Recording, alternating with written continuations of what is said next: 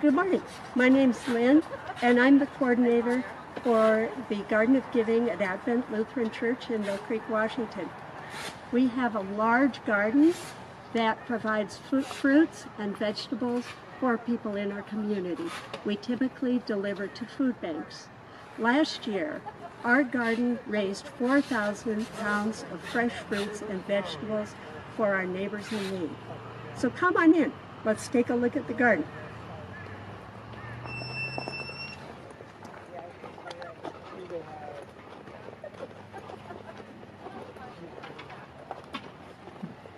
In our entryway, we've got some plum tomatoes.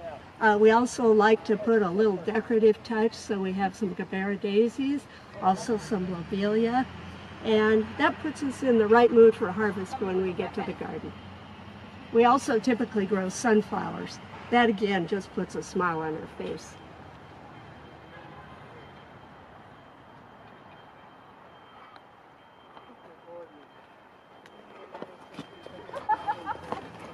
So as you enter the garden, you'll see a big patch of squash. This is winter squash. We also grow some pumpkins for our preschoolers right next door. And we hope to get maybe upwards of 500 pounds of squash from this one particular patch this year. Now we do rotate our crops, so next year we'll have to find a different place for our squash. Last year, we grew onions and leeks in this bed, so we may try something like pole beans or tomatoes next year in this particular space. Let's take a look at the rest of the garden.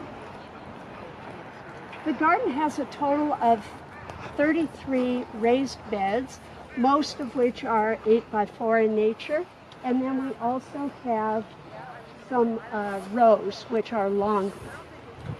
The rows we have 10 rows, and they produce quite a bit of vegetables for us.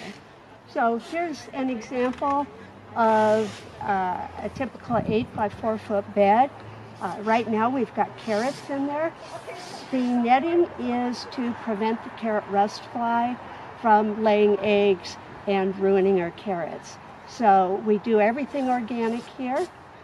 We use integrated pest management, and we find that things such as netting, row covers are our best defense against pests.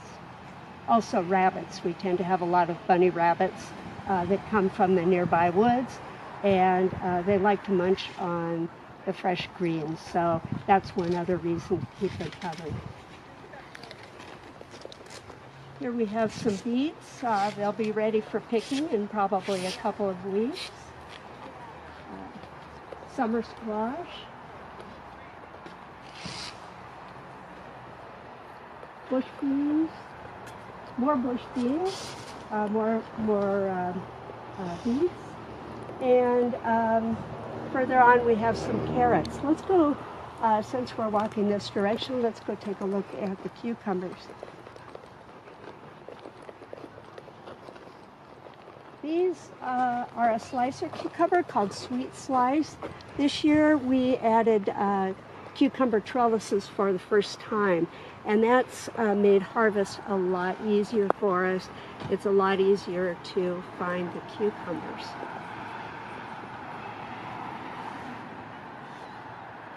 In this bed we have Swiss chard. It's just been picked, so it doesn't look like much, but within a week it will be full size, and we'll have a whole banana box of Swiss chard to send to the food bank. In the tent over here are some peppers. This week we got a great harvest of jalapenos, and the bell peppers are coming on. It's a little hard to see inside, but we use the covers to keep the peppers warm, and the growth room cover on the top lets a maximum amount of sunlight in to help the pepper crop ripen. Let's take a look at our rows.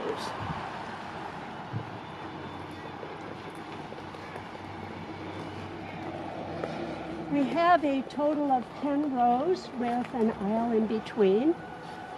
2 years ago, these rows were all in-ground rows. In other words, they weren't raised, but we had difficulty with them because there's some sort of a spring or underground creek running through this area, and the ground tended to be super wet and not conducive to vegetable growing. So last year we made a concerted effort to raise the beds. We made 3 30-foot wooden beds in 10-foot sections each, and then over to the left here we've got what are called Vigo garden beds. We made some extra long beds. These are 17 inches high, so they're really nice for the harvesters to be able to harvest. Over here we have some pole beans, purple pole beans, and these have been very productive so far. We just picked today, so again, there aren't a whole lot of ripe ones or mature ones, but by Friday we'll probably have another entire banana box full of these beautiful purple filet beans. Again here, more beets, summer squash and zucchini. And really, the crops basically repeat themselves, but we can walk down the rows. At this time of year, it's difficult to plant the cooler weather crops such as lettuce or spinach, for example. So we rely a lot on planting bush beans, beets, and carrots during the time where there's quite a bit of heat.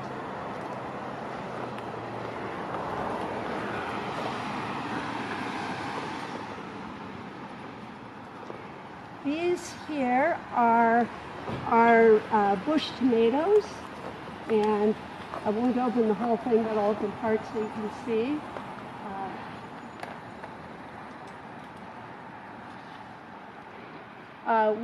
This year, instead of using cages, we went to a new system that employs cattle panel. It is much easier to train the bush tomatoes, and it's also a lot easier for picking. It also reduces disease because you don't have tomatoes squished into a very small tomato cage.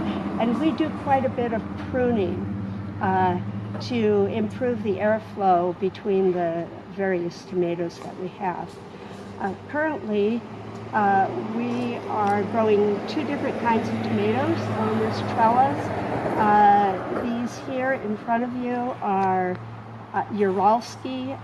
It's a Russian tomato, a very early tomato.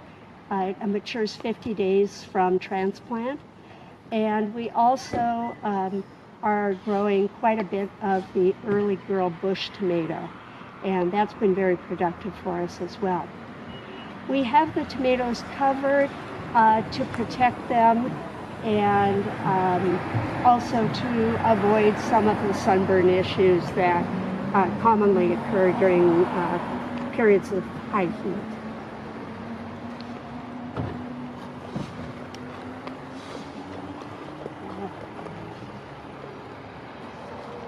Again,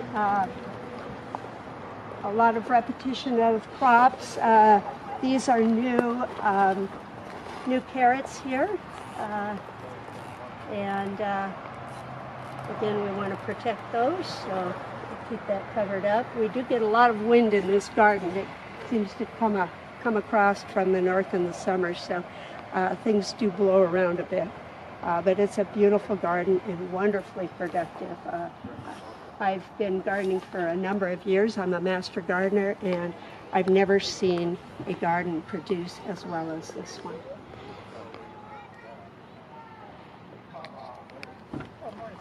I'll show you our bush beans down here. We have, I think, currently 4 areas where we're growing bush beans. But we really decided we'll probably grow most of our bush beans in the future in these Vigo garden beds because they're a little taller and a little easier to harvest.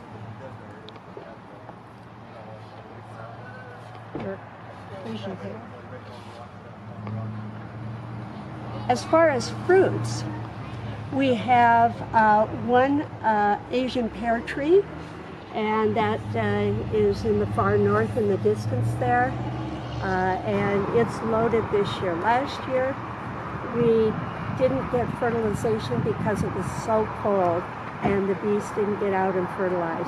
But this year that tree is heavy, and come October we'll probably be harvesting several hundred pounds of Asian pears.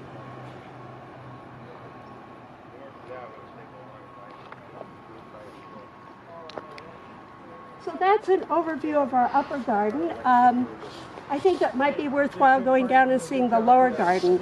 This entire garden we think comprises about a half an acre. We've never really measured, but it's a large garden, and we're always in need of more volunteers, so, as you can imagine.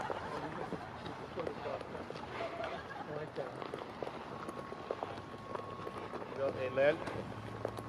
Oh, I'm sorry.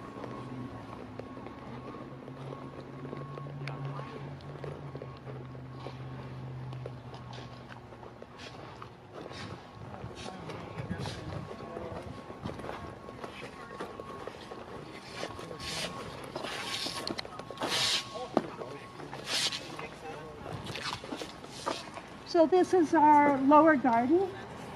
It consists right now of 10 beds, and we're adding 2 more beds. The volunteers here are prepping the soil and also leveling the areas. And in the background you can see several volunteers starting to assemble the Vigo garden beds. So these 2 new beds will be 13.5 feet long. The beds we have in here currently range from 6 feet for the silver beds, those are the Balin beds, and 9.5 feet for the existing Vigo garden beds. So again, we wanted to make use of this area and make it as productive as possible. This is a typical harvest for early August.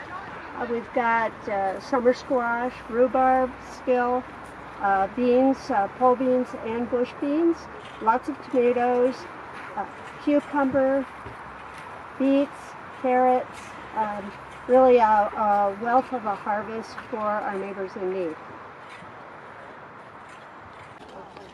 So that's pretty much an overview or a tour of the Garden of Giving at Advent Lutheran Church in Mill Creek. I hope you enjoyed this overview, and I hope you'll consider us also for your tour of gardens next year. Thanks very much.